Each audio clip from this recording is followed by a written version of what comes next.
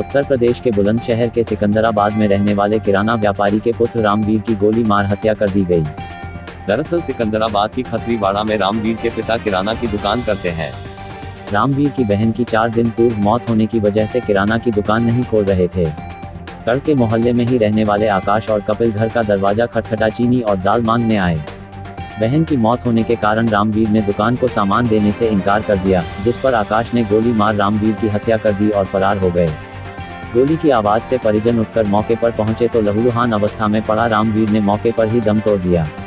रामवीर की हत्या से परिवार में कोहराम मचा है और परिवार हत्यारों पर सख्त कार्रवाई की मांग कर रहा है।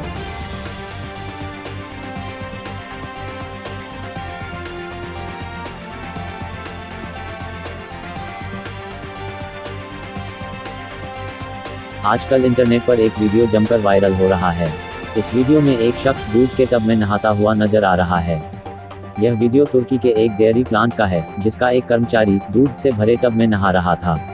हालांकि कर्मचारी को इस हरकत के लिए गिरफ्तार कर लिया गया था। दावा किया जा रहा है कि डेयरी प्लांट को भी बंद कर दिया गया है। वायरल हो रहे इस वीडियो में साफ देखा जा सकता है कि एक शख्स टब में लेटा हुआ है और सामने से दूसरा शख्स वीडियो बना रहा है। यह वीडियो कोनी के केंद्रीय अनातोलियन प्रांत में स्थित एक डेयरी प्लांट में फिल्माया गया है। इस वीडियो के वायरल होने के बाद दोनों को गिरफ्तार कर लिया गया। डेयरी प्लांट को बंद कर दिया गया है। साथ ही इस हरकत के लिए प्लांट पर जुर्माना भी लगाया गया है। शख्स को घटना के बाद ही नौकरी से निकाल दिया गया था। शख्स का कहना था कि टब में दूध नहीं बल्कि पानी और क्लीनिंग का मिश्रण था।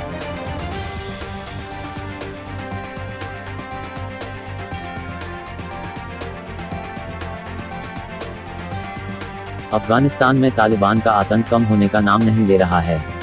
हाल ही में अफगानिस्तान में 33 साल की महिला पर जानलेवा हमला किया गया है। इस महिला का कसूर सिर्फ इतना था कि ये पुलिस स्टेशन में जॉब करती थी। इस महिला पर 3 मोटरसाइकिल सवार हमलावरों ने चाकू से हमला किया और गोली मारकर फरार हो गए। महिला के साथ यह वारदात तब घटित हुई जब वह पुलिस स्टेशन में अपनी ड्यूटी पूरी कर घर के लिए निकल रही थी। इलाज के लिए अस्पताल में भर्ती महिला की जब नींद खुली तो उसे चारों ओर अंधेरा दिखाई दे रहा था। महिला ने बताया कि इस हमले से न केवल उनकी आंखें चली गई बल्कि उनके सपने का अंत भी हो गया। 3 महीने पहले ही महिला ने गजनी पुलिस में ऑफिसर के तौर पर नौकरी शुरू की थी। महिला ने कहा, अगर मैं पुलिस की नौकरी 1 साल भी कर पाती और इसके बाद ये सब होता तो मुझे कम दुख होता।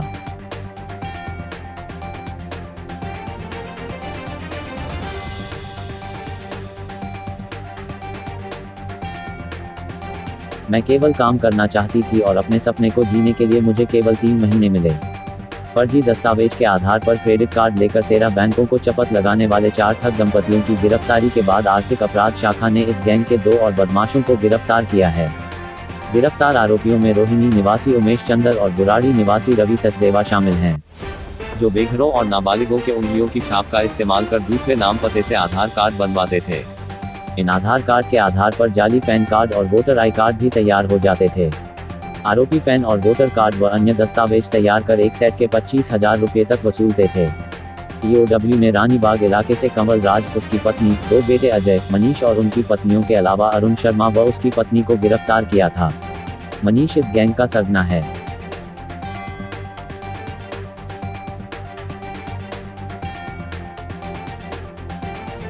खुद को पुलिसकर्मी बता लोगों को लिफ्ट देकर लूटने वाले एक गिरोह का भंडाफोड़ करते हुए दिल्ली पुलिस ने 4 लुटेरों को गिरफ्तार किया है।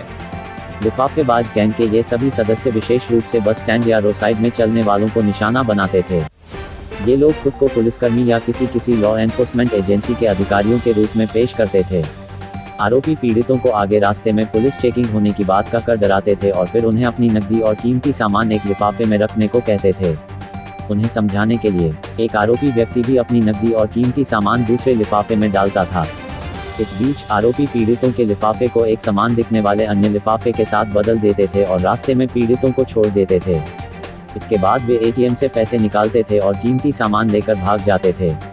पुलिस ने मिली सूचना के आधार पर रिंग रोड पर एक जाल बिछाया गया और डिफेंस कॉलोनी में एक बस स्टैंड के पास कार में सवार होकर जा रहे 4 लोगों से पूछताछ की गई। जांच करने पर इसके पास से संदिग्ध सामान बरामद किए गए और आगे की पूछताछ में लिफाफेबाज गैंग के सदस्य पाए गए।